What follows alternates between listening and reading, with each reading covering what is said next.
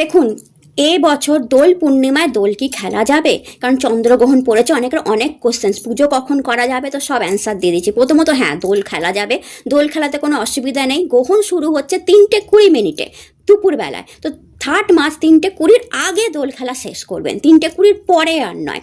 Second, পুজো অবশ্যই করতে পারেন, কিন্তু পুজো কখন করবেন? গ্রহণ শেষ হবে যখন 6:48 গ্রহণ শেষ হবে, 6:48 পর আপনারা পুজো করবেন। কারণ এই যে পার্টিকুলার টাইম 3:20 থেকে 6:48, এই টাইমে আপনারা কোনো ধরনের পুজো করা, কোনো ধরনের দোল খেলা, কোনো ধরনের রং মাখানো করতে যাবেন না, ফল কিন্তু খারাপ হবে।